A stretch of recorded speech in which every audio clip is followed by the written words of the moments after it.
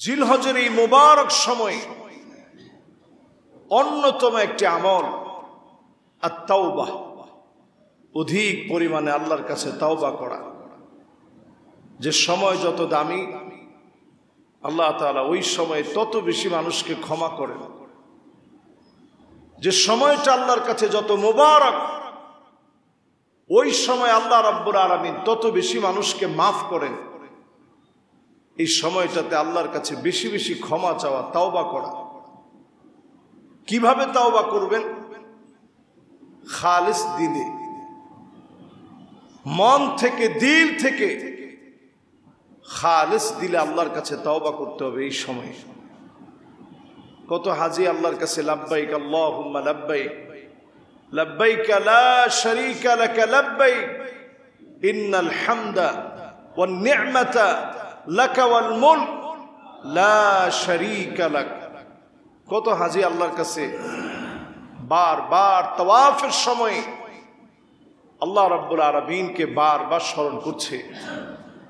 আমি আপনি যেতে পারি নাই, আমি আপনি এই সময়টাতে আল্লাহর কাছে অধিক পরিমাণে তাওবা করি। আপনি দিনের বেলাতে রাতের বেলার গুনাহগুলো স্মরণ করে তাওবা করলেন, রাত্রি বেলাতে আপনি তাওবা করলেন, দিনের বেলার গুনাহগুলো স্মরণ করে, দিনের বেলায় আপনি রাতের বেলার গুনাহের কথা স্মরণ করে তওবা করলেন।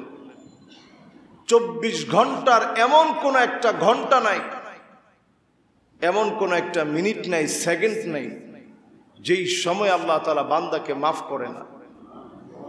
মা মিন আইয়ামিন আহাব্বু ইলাল্লাহ, সবচেয়ে দিনগুলার ভিতরে আল্লাহর কাছে সেরা দিন হচ্ছে 10টা দিন। এই 10 দিনে যদি আপনি মাফ চান আল্লাহর কাছে, এই 10 দিন যদি ক্ষমা চান, যিনি আপনার গুনাহগুলা মাফ করে কবুল আর মঞ্জুর করে নেবেন তিনি কে? প্রতিনিয়ত এই সময়ে আপনি তওবা করেন।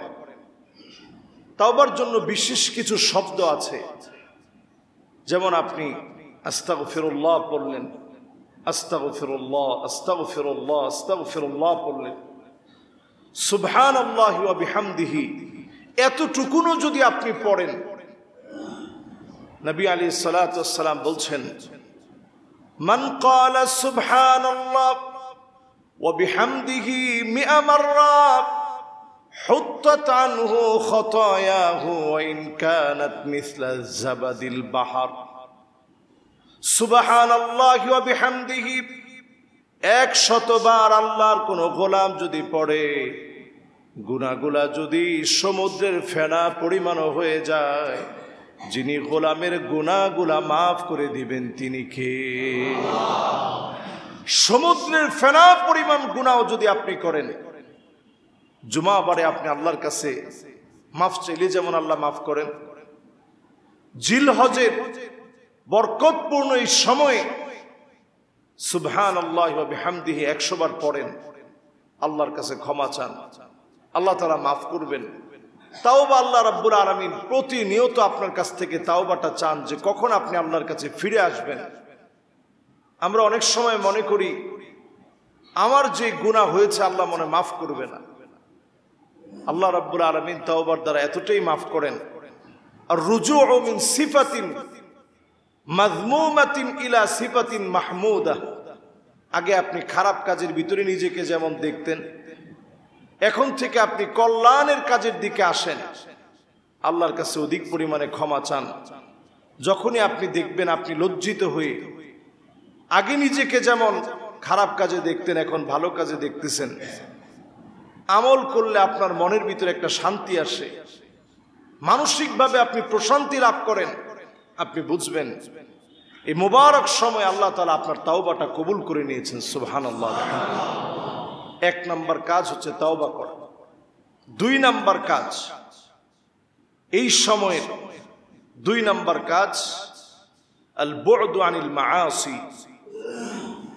এই সময়ে সবচেয়ে বেশি গুনাহ থেকে বেঁচে থাকার চেষ্টা করবেন। বনি আদম হিসেবে, আদম সন্তান যারা আছে, আদম সন্তান হিসেবে কোনো না কোনো গুনাহ হয়ে যাওয়া খুব স্বাভাবিক।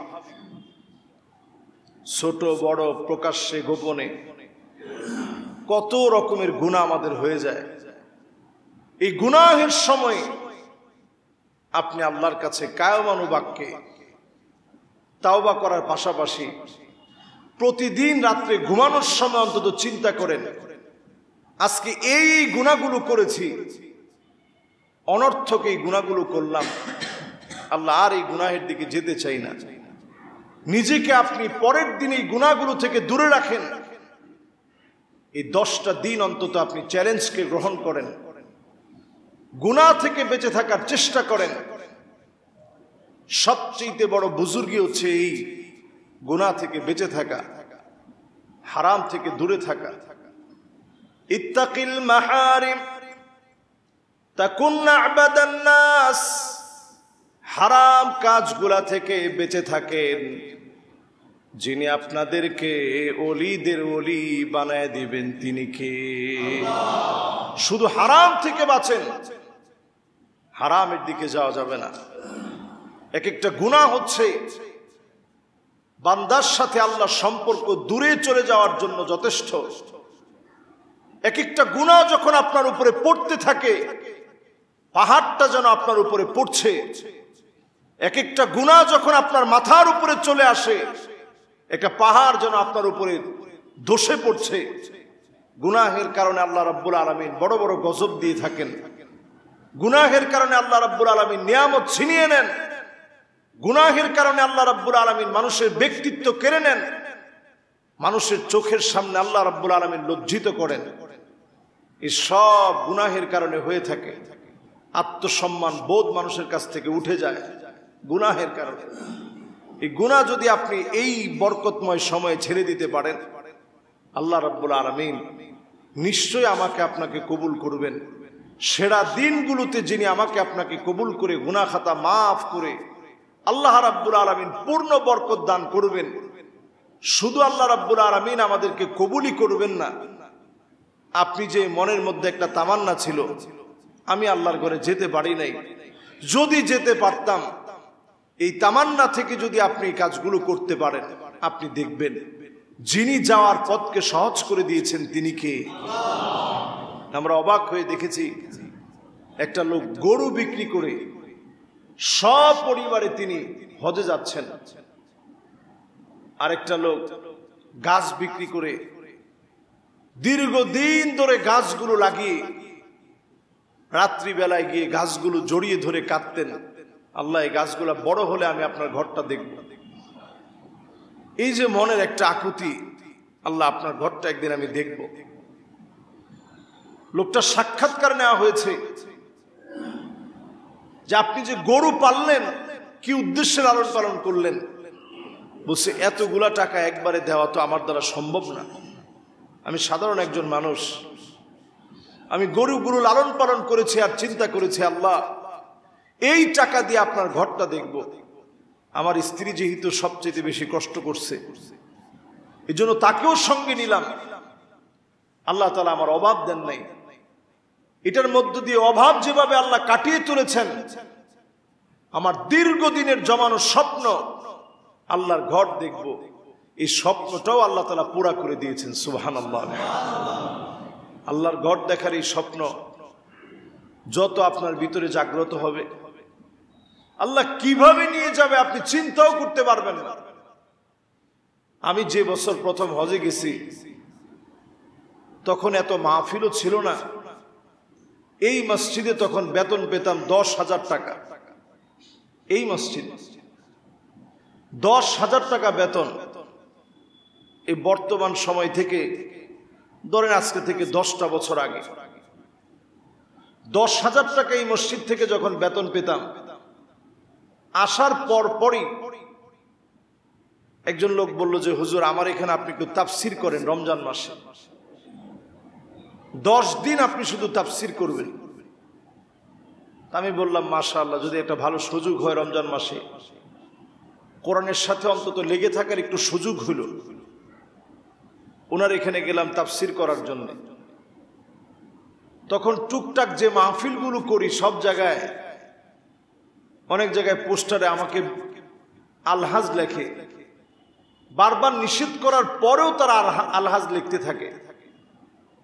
তা আমার মনের একটা দুঃখ যে হারে আল্লাহর ঘরটা দেখতেই পারি নাই, কিন্তু লোকদেরকে কেমনে বোঝাই এরা আলহাজ লিখতেছে, আর তখন তো এত জোর করে বলার মতো অবস্থাও তৈরি হয়নি, টুকটাক কিছু মাহফিল হচ্ছে। সেই সময়ে যেদিন আমার তাফসীর শেষ হয়েছে, লোকটা নিজে আমাকে জিজ্ঞাসা করতেছে যে হুজুর আপনি কি হজ করছেন? বললাম না, হজ করার তো সুযোগ হয় নাই, তবে আল্লাহর ঘরটা দেখার বড় শখ, আশা করি আল্লাহ তাআলা ইনশাআল্লাহ উচিরেই নিবেন। তখন রমজান মাস চলতেছে, অলরেডি 10 রমজান শেষ। বলতেছে হুজুর ইনশাআল্লাহ এই 3 লাখ টাকা আপনি রাখেন, আপনি হজের এই বছর যাবেন, সিদ্ধান্ত নেন, আমি পাঠানোর ব্যবস্থা করতেছি। সুবহানাল্লাহ, চিন্তা করেন। তখন এখন যদি আপনি চিন্তা করেন যে রমজান মাসে এসে আপনি হজ করার সিদ্ধান্ত নেন, যাওয়াটা সহজ না কঠিন? আপনি কিভাবে যাবেন? কোটা পূর্ণ হয়ে গেছে, কোনোভাবেই সেই সময় যাওয়াটা সহজ না। আমি অবাক হয়ে গেছি যে এই সময় যাব কেমন।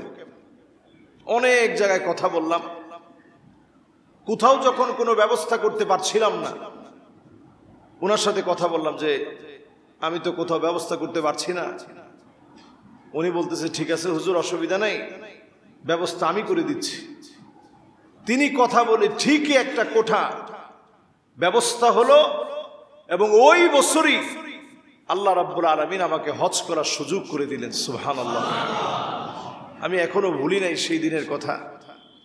আল্লাহর ঘরটা যেদিন প্রথম গিয়ে দেখলাম, আমার কাছে আল্লাহর ঘরটা দেখার পরে মনে হয়েছে দুনিয়ার সবচেয়ে শান্তির দিন আমার জন্য আজকের দিন। আমি আল্লাহর ঘরটা দেখতে পেয়েছি। আন নাযরু ইলাল কাবা ইবাদাহ, এক একটা নজর যখন কাবার দিকে দিচ্ছিলাম, আমার কাছে মনে হচ্ছিল আল্লাহ এখনই আমার মনের মনোবাসনা পুরা করবে।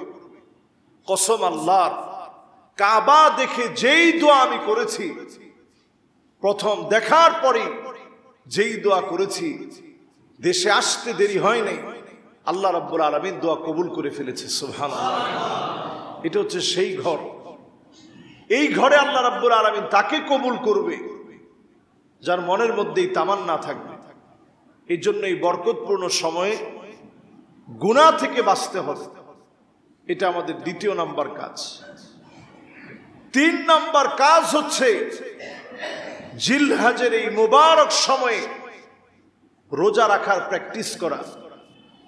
পারলে পুরো জিলহজ জুড়ে আপনি জিলহজের এই মুবারক 10 দিনের মধ্যে আপনি মুবারক সময়গুলোতে রোজা রাখেন।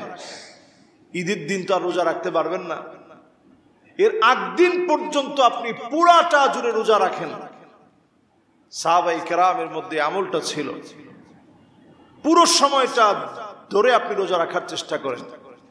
জিলহজ মাসের এই মুবারক সময়ের বরকত আপনি পাবেন। আর যদি আপনি নাও পারেন, আরাফাত দিবসের রোজা যেন আপনার কাছ থেকে ছুটে না যায়। সিয়াম আরাফা আহতাসিবু আলাল্লাহি আন ইউকাফিরা সানাতা আল্লাতী ক্বাবলাহু, শুধু যদি আপনি আরাফার দিবসের রোজাটাও রাখার চেষ্টা করেন, সিয়ামু ইয়াউমে আরাফা, শুধু আরাফার দিবসের রোজাও যদি কেউ রাখে, বিগত একটা বছরের গুনাহ আল্লাহ রাব্বুল আলামিন মাফ করে দিবে। সুবহানাল্লাহ, রাখার চেষ্টা করেন। এই সময়ের অন্যতম একটা আমল হচ্ছে অধিক পরিমাণে তিলাওয়াত করা, কোরআনুল কারীম তেলাওয়াত করেন। এই সময়ের অন্যতম আমল হচ্ছে দান সদকা বাড়িয়ে দেন। এই সময়ের অন্যতম আমল বিররুল ওয়ালিদাইন, পিতা মাতার সাথে সুন্দর আচরণ করেন। একজন সাহাবী নবীজির কাছে আসে, ইয়া রাসূলুল্লাহ, জিহাদের ময়দানে যেতে আমার বড় মনে চায়, আমি জিহাদের ময়দানে যাব, কিন্তু আমার আম্মার খিদমত করার মতো কেউ নাই, যে আমার মায়ের একটু সেবা করবে, আমার মন চাচ্ছে জিহাদের ময়দানে যাই, আমার রাসূল জিহাদের ময়দানে যাবে, আমি সাহাবী কেমন করে দূরে থাকি, আমারও মন চায় আমি জিহাদের ময়দানে যাই, আমার মায়ের সেবা করার কেউ নেই। আল্লাহর হাবিব লোকটার কথা শোনার পরই সিদ্ধান্ত দিলেন এবং বললেন, যাও তুমি তোমার মায়ের সেবা করো। আনতা কা মুজাহিদ, জিহাদের ময়দানে গিয়ে যারা জিহাদ করবে সেই মুজাহিদদের সওয়াব আল্লাহ পাক তোমার আমলনামায় দান করে দিবে। সুবহানাল্লাহ। শুধু জিহাদের ময়দানে গিয়ে জিহাদ করার সমান সওয়াব নয়, কাহাজ্জিন ওয়া মু'তামির, হজ করলে যেমন সওয়াব হয় সেই সওয়াব আল্লাহ দিবেন।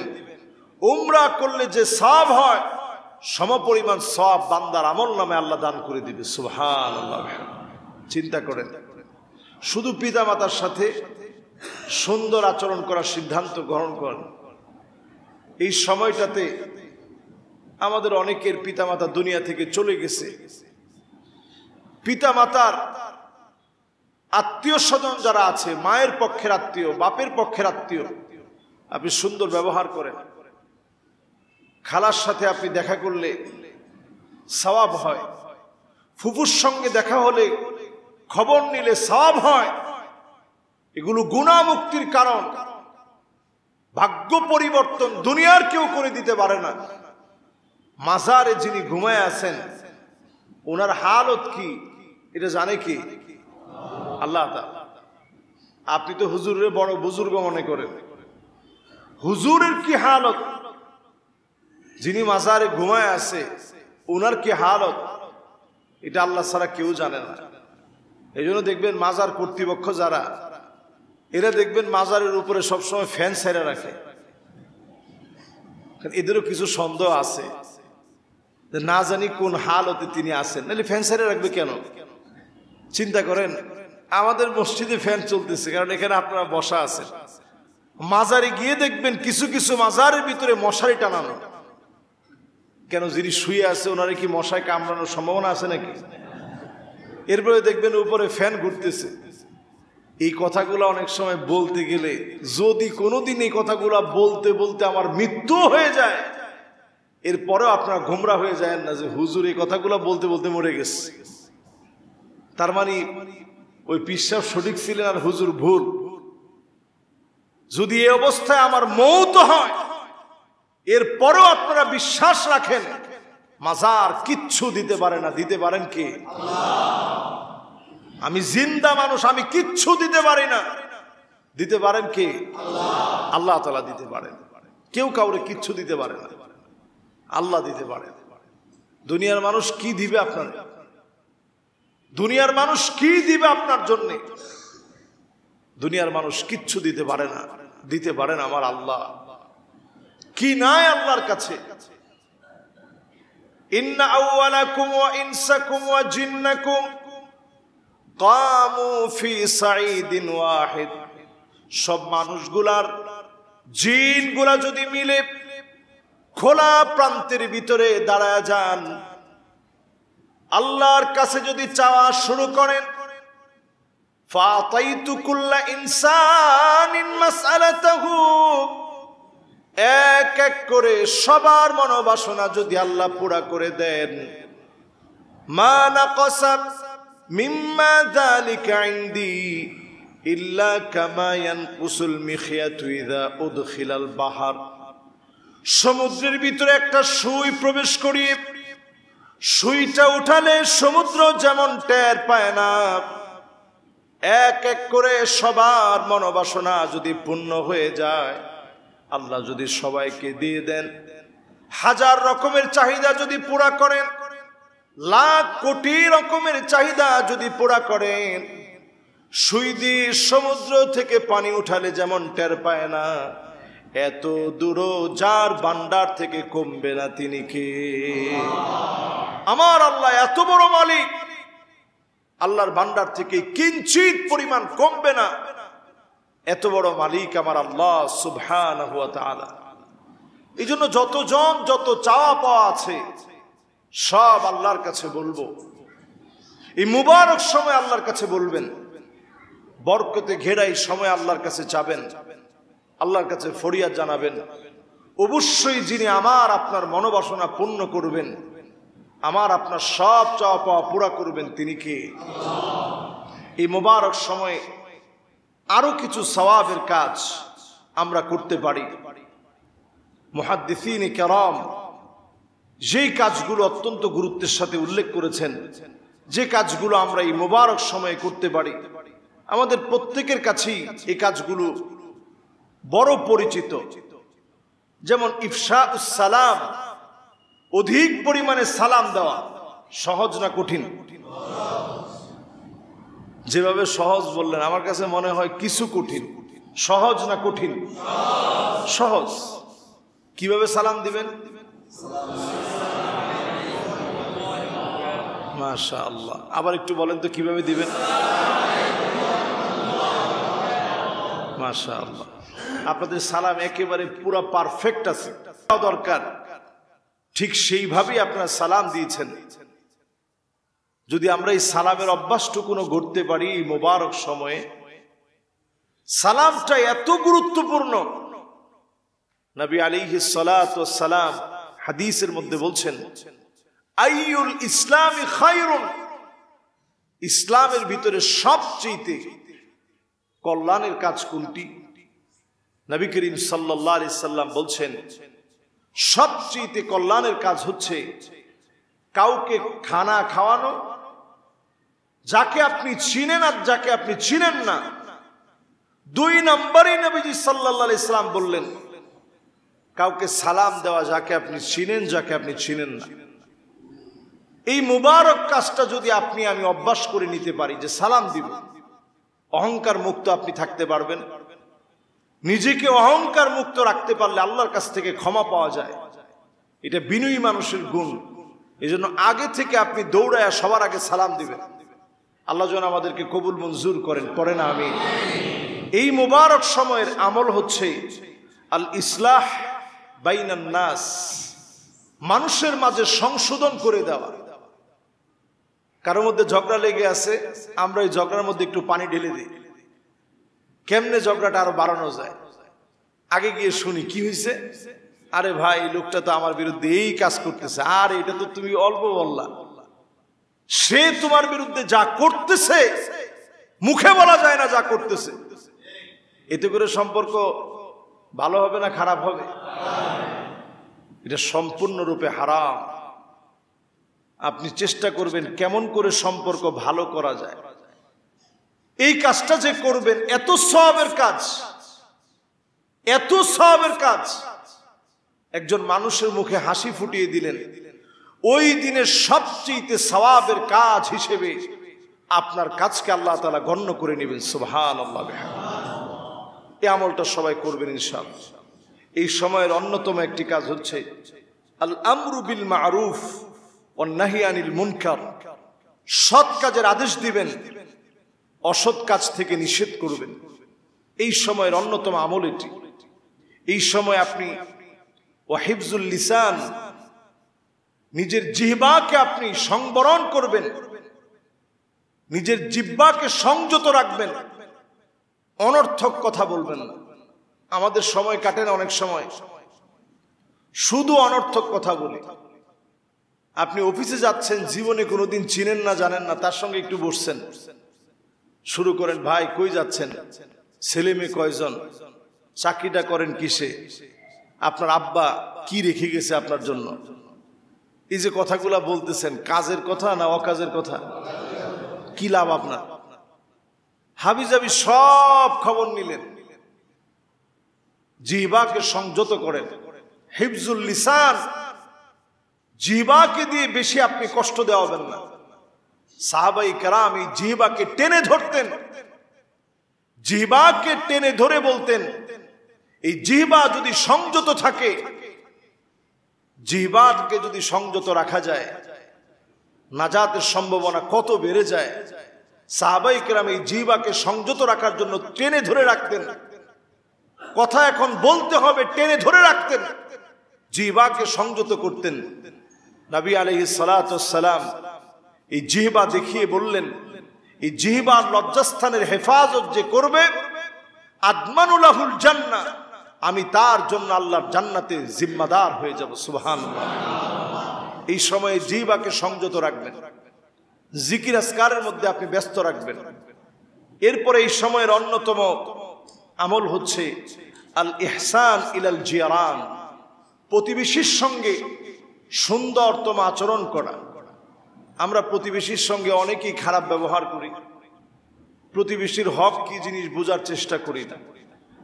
এই সময় অন্তত এই কাজটা বেশি করেন, ইহসান করেন প্রতিবেশীর সঙ্গে। আল ইকরামুদ দাইফ, মেহমানদের সঙ্গে সুন্দর আচরণ করেন।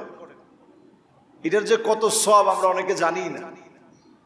মেহমান আসলে অনেকের কপালের মধ্যে বাস পড়ে গেছে যে হায় হায়, খাওয়াবো কি, থাকবে কোথায়। আমাদের ঢাকা শহরে এটা আসলে অনেক সময় একটু কষ্টকর হয়, থাকার বিষয়টা ম্যানেজ করাটা অনেক কষ্টকর হয়ে যায় অনেক সময়। অন্তত একজন মেহমান আসলে বরকত মনে করেন। নবীজি বলছেন, যদি কোনো মেহমান তোমার ঘরে আসে, ফালইউকরিম দাইফাহু, তোমার উচিত হচ্ছে ওই মেহমানকে সম্মান করা। যদি কেউ মেহমানকে অসম্মান করে, ওই লোকটা ইমানদার হতে পারে নাই।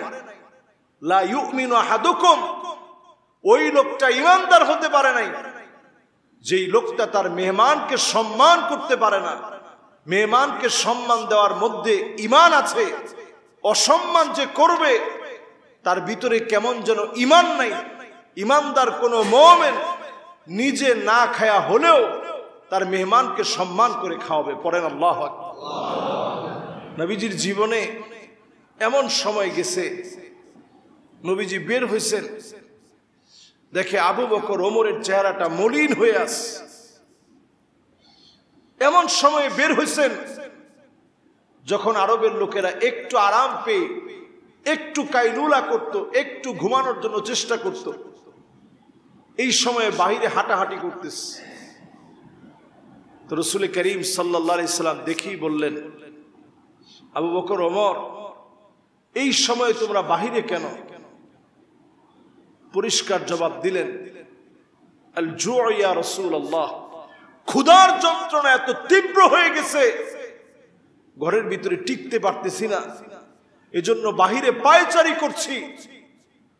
আল্লাহর নবী বললেন, আমারও খুব ক্ষুধা লেগেছে, খাবারের মতো কোনো অবস্থা নাই। নবীজি আনসারী একজন সাহাবীর বাড়ির সামনে গেলেন। ভিতর থেকে আনসারী সাহাবীর স্ত্রী দেখা মাত্র বললেন, মারহাবান মারহাবা, দুনিয়ার শ্রেষ্ঠ মেহমান আমার ঘরের দিকে আসছে।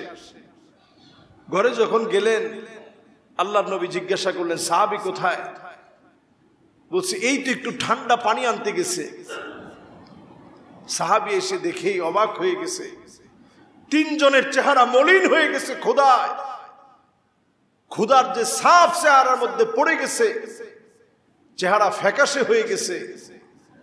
সঙ্গে সঙ্গে সাহাবী খেজুর নিয়ে এসে দিলেন, খেজুর পেড়ে এনে দিলেন, ঠান্ডা পানি দিলেন। নবীজি সাল্লাল্লাহু আলাইহি সাল্লাম খেজুরগুলো খেলেন আর বললেন, আবু বকর, ওমর, এই যে খেজুরগুলো সামনে রাখা, এক একটা খেজুরের হিসাব আল্লাহর কাছে দেওয়া লাগবে। আল্লাহু আকবার। চিন্তা করেন, এই যদি হিসাবের অবস্থা হয়, আমি আপনি কত ভালো খেয়ে আছি, কত রকমের খাবার দাবার আল্লাহ খাওয়ায়, কি করে আল্লাহর আদালতে হিসাব দিবেন? সাহাবায়ে কেরাম একটা খেজুর খেয়ে যদি হিসাব দিতে হয়, নবীজি যদি বলে থাকেন যে একটা খেজুরের হিসাব দেওয়া লাগবে, তো চিন্তা করেন আমার আপনার হিসাবটা কত কঠিন হবে। হাদিসের মধ্যে আসছে, ইন্না আকসারান নাসি শাবআন ফিদ দুনিয়া, দুনিয়ার জীবনে যারা অধিক পরিমাণে খায়, আকসারুহুম জাওআন ফি ইয়াউমিল আখিরা, অধিকাংশ লোক আখিরাতে ক্ষুধার্ত অবস্থায় থাকবে। দুনিয়ার জীবনে যারা বেশি খাচ্ছি, প্রতিনিয়ত খাওয়ার সময় একটু চিন্তা করেন, আল্লাহ আপনাকে খাইয়ে রাখতেছে। আমাদের দেশে যে রিমাল হয়ে গেল, কত বড় তাণ্ডব হয়েছে, কত বড় বিপর্যয়, বিপর্যস্ত হয়েছে মানুষ, কত মানুষের ক্ষয়ক্ষতি হয়েছে। রান্না করার মতো চুলাটা পর্যন্ত নেই। কত মানুষ এখন পানিবদ্ধ অবস্থায় আছে, পানিবন্দী, চতুর্দিকের কোথাও যেতে পারছে না, একটু রান্না বাড়া করে খেতে পারতেছে না। এক সময় সব ছিল, চিংড়ির ঘের ছিল, কত রকমের মাছের চাষাবাদ ছিল, সব এক মুহূর্তে শেষ হয়ে গেছে। কত রকমের আযাব গজব বিপদ যখন আমাদের উপরে আসে, আমরা এমন হয়ে গেছি, বিপদ দেখার জন্য কিছু মানুষ যায়। আমি সাক্ষাৎকার দেখে অবাক হয়ে গেছি। জিজ্ঞাসা করতেছে, কেন আসছেন? বলছে, ঘূর্ণিঝড়ের তাণ্ডব দেখার জন্য আসছি। তো জিজ্ঞাসা করতেছে, আপনার ভয় লাগে না? বলছে, না, আমরা ভয় পাই না। আমাদের ভয় কিসের? আমাদের কোনো ভয় টয় নাই, আমরা দেখার জন্য আসছি। আরেকজনের কাছে জিজ্ঞাসা করছে, আপনি কেন আসছেন? বলছে, আমার হাজবেন্ড সব সময় নিয়ে আসে, যখনই ঘূর্ণিঝড় হয়, প্রাকৃতিক দুর্যোগ আসে, তখনই নিয়ে আসে দেখানোর জন্য। তো চিন্তা করেন, আল্লাহর আযাব নিয়েও আমরা ঠাট্টা করি। আযাব নিয়ে যে শব্দ চয়ন, আমি এবারে লক্ষ্য করেছি, অন্যবার এতটা আমি সংবাদ দেখি না। এবার লক্ষ্য করছি, মিনিটে মিনিটে আমরা শিরিক করতেছি। এদেশের শিক্ষিত জনগোষ্ঠী মিনিটে মিনিটে শিরিক করতেছে। যতবার খবরকে আপডেট দেওয়া হচ্ছে, ততবার বলতেছে সকল সরঞ্জাম রেডি আছে, আমরা রিমালকে মোকাবেলা করতে পারব। মোকাবেলা করলেন না আপনারা? আমরা মোকাবেলা করতে পারবো, মোকাবেলা করব। আল্লাহর আযাবের একটা ল্যাংড়া মশাকে মোকাবেলা করার মতো কোনো শক্তি কোনো ডিজিটাল কোনো দেশের নাই, ঠিক কিনা বলে? আপনি কি মোকাবেলা করবেন আল্লাহর শক্তির? আপনি বাতাসকে মোকাবেলা করতে পারবেন? ওই দিন রাত্রে সারা রাত আমার ঘুম হয় নাই, শুধু আমার ভিতরে পেরেশানি কাজ করতেছিল। আল্লাহ, কত মানুষ মনে হয় ঘুমাতে পারতেছে না। এত দূরে ঢাকার ভিতরে যদি এরকম প্রচন্ড বাতাস হয়, ওই জায়গার মানুষগুলো কত কষ্টে আছে। আল্লাহর বাতাসের কি প্রচন্ড ক্ষমতা! কোথায় আরব সাগর, কোথায় আমাদের দেশ? মরুভূমি থেকে প্রচন্ড শক্তি নিয়ে সৃষ্টি হওয়া রিমাল, সমুদ্রের এই যে একটা শক্তি তৈরি করে, যেই শক্তির ধাক্কায় আমার দেশের শত শত কিলোমিটার দূরে, হাজার কিলোমিটার দূরে আছড়ে পড়া আঘাতে আমার দেশ থেকে সারা বাংলাদেশে, শুধু সাতক্ষীরা নয়, শুধু মংলা নয়, শুধু পটুয়াখালী নয়, শরণখোলা নয়, গোটা বাংলাদেশের ভিতরে আঘাত যেন ছেয়ে গিয়েছে, গোটা দেশ যেন প্রকম্পিত হয়েছে।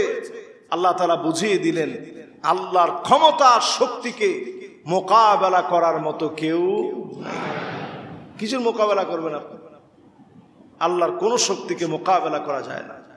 এগুলো জাইশুম মিন জুয়ুশিল্লাহ, এগুলো আল্লাহর সেনাবাহিনী। প্রচন্ড ঘূর্ণীয় পাকের ভিতরে একটা শক্তি সঞ্চার করে যখন আঘাত করে, আপনার পাঁচতলা বাড়ি পরে দুমড়ে মুচড়ে ধ্বংস হয়ে যেতে মুহূর্ত সময় লাগবে না, শেষ হয়ে যাবে। সেই শক্তিকে আপনি মোকাবেলা করবেন কোন শক্তি দিয়ে? কোন শক্তি দিয়ে মোকাবেলা করা যায় না। ভিক্ষুকের মতো নত হয়ে আপনি আমি যদি বলতে পারতাম, আল্লাহুম্মা লা তাকতুলনা বিগাদাবিক ওয়া লা তুহলিকনা বিআযাবিক ওয়া আফিনা ক্বাবলা যালিক, আয় আল্লাহ তাআলা আপনি মেহেরবানি করে মাফ করে দেন, মেহেরবানি করে আল্লাহ আপনি ক্ষমা করে দেন, আমাদেরকে আল্লাহ গজব দিয়ে ধ্বংস করে দিয়েন না। যদি এইভাবে মাফ চাইতে পারতাম, আমাদেরকে আল্লাহ রাব্বুল আলামিন আরো অল্পের ভিতরে আল্লাহ তাআলা ক্ষমা করতেন। এখানেই শেষ নয়, নতুন আরো একটি বিপর্যয়, ঘূর্ণিঝড় আসছে। একটা শেষ হতে না হতে আরো একটা বিপদ। আরো বড় ধরনের বিপদ হতে পারে। এই বিপদ মুসিবতের সময়ে বেয়াদবিপূর্ণ শব্দগুলো বাদ দিয়ে আল্লাহর দিকে ফিরে আসেন, কায়মানুবাক্যে মাফ চান। এই মুবারক সময় আসার আগে, জিলহজের এই বরকতপূর্ণ সময় আসার আগে গুনাহ খাতা মুক্ত জীবন যাপনের সিদ্ধান্ত আমরা গ্রহণ করি, রোজা রাখার সিদ্ধান্ত নেই, ইয়াউমে আরাফার দিবসে আল্লাহর কাছে ক্ষমা চাওয়ার সিদ্ধান্ত নেই, রোজা রাখার সিদ্ধান্ত নেই। হায়াত যদি নাও পাই, আল্লাহ তাআলা অবশ্যই আমাদেরকে মাফ করে দিবেন ইনশাআল্লাহ।